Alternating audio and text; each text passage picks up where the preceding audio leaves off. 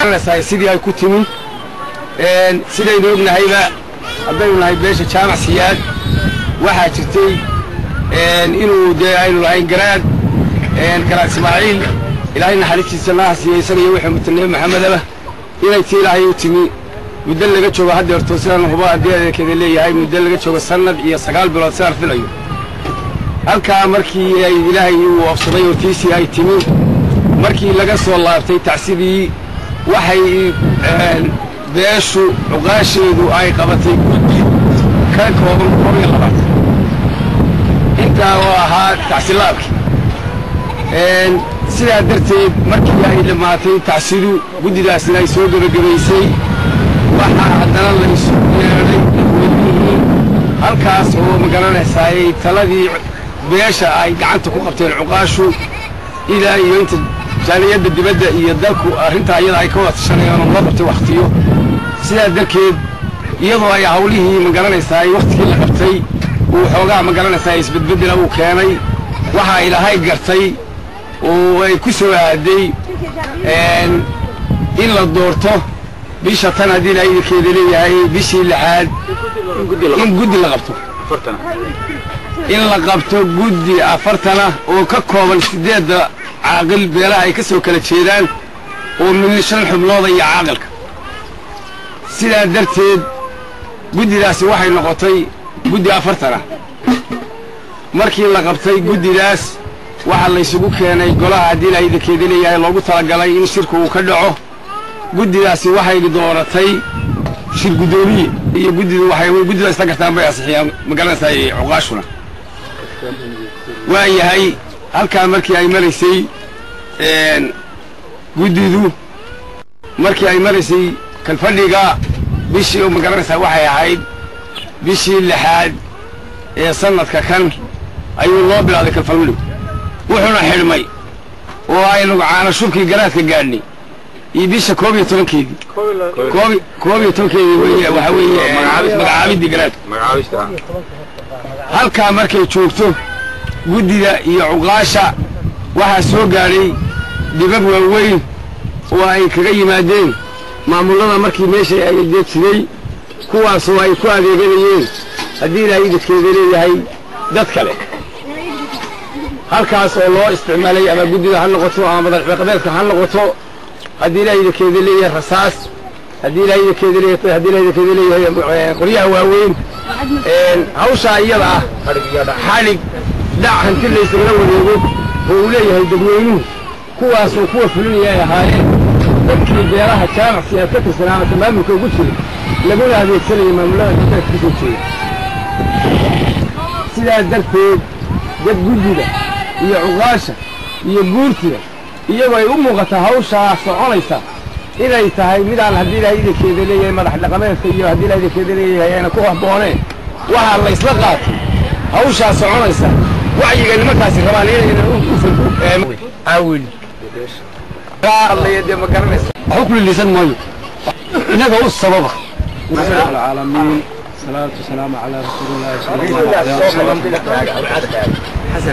واشا دليرada odayaasha boodka waxaan ku salaamayaa mar labaad salaanta islaamka wassalaamu calaykum waraxmatullaahi wabarakaatuh salaanka bacdi waxaan halkan mahad gaara uga soo jeedinayaa shacabweynaha reer wanaag sida wanaagsan ee aad noo soo dhaweyseen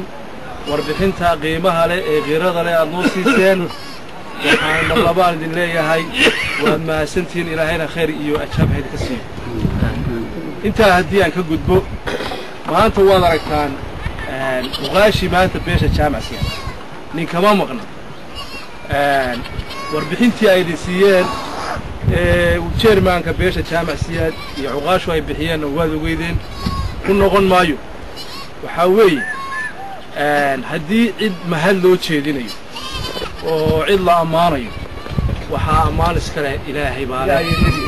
iyo nebigiisii maxamed ahaa markaynu ka nimaadnana cuqaasha beesha jaamac siyaad dagaal bay gashay waad ogtihiin iyo ningarboodkii guurtidii maanta reer dhulbahantaa oo 8diisa caaqil ay meel wada joogaan iyo guurtidiisii waxaa weeye jaamac siyaad baa la helay waynu ognahay jaamac siyaad laba dagaal baa ku dhacay labada dagaal ku dhacay waxa weeye mid dhulbaantu kala siman yahay oo de waxa weeye waa dhibaatada dhulbaanta wada haysa midda kale waxa weeye taladii jaamac siyaad fara ay ka baxday muddadii garaadku uu xanuunsanayey iyo intuu sii mootanaa raggii nin garboodka ahaa ee cuqaasha ahaa waxna sariir bay fuuleen waxna tii ilaahay baa u timid jaamac siyaad waa dhaqan yahay oo rag raggaa bedelaa way joogaan oo culimo leh oo cuqaala oo nin garbooda laakiin nasiib wanaag taladii waxay gacantoodii gashay dad iyagu dana gaara wata oo kuraasidooda iyo ku ilaashanaya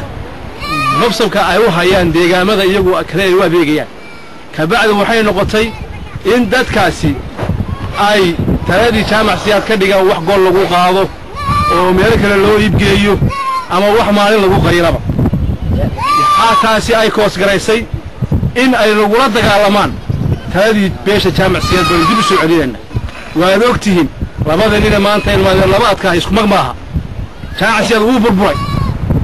burburka wax gaarsiin waynu ognahay wax laga qiroodo wey runtii waxaan anugu leeyahay jaamac siyaad midnimadiisa hala soo celiyo waynu ognahay jaamac siyaad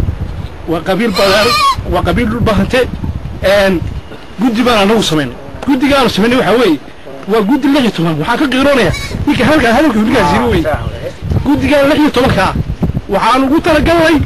in beesha jaamac siyaad ay soo ururiyaan midnimadoodii iyo karaamadoodii iyo sharaftoodii guddigaasi waxaa weeye xafiis baan laasacad uga furnay xafiiskaan laasacad uga furnay waxaa weeye in ay ka soo shaqeeyaan beesha jaamac siyaad waxa gudahooda yaalla waxa lagu leeyahay waxa ka maqan iyo sidii loo soo ururin lahaa guddigaasi waxay ka bilaabayaan in beelaha jaamac siyaad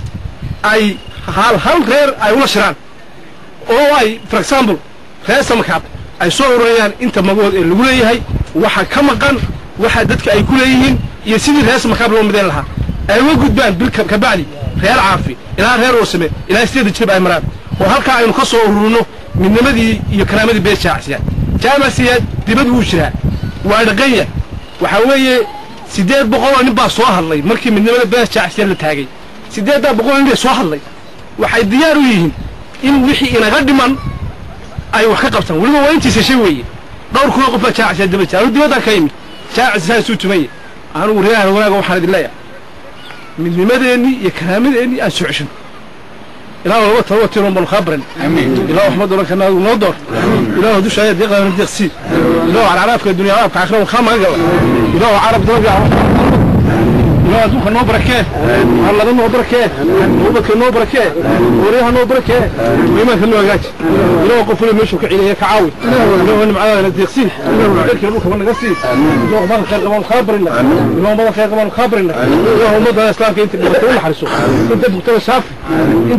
انت بكتنا شافي انت دمت لهم حرسوا اللهم صل على سيدنا محمد ربنا في الدنيا سبحانه وتعالى حسنة وعلى والله فاتح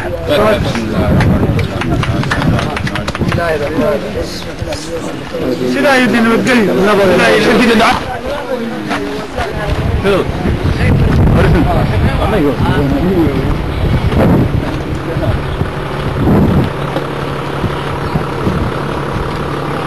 دعوا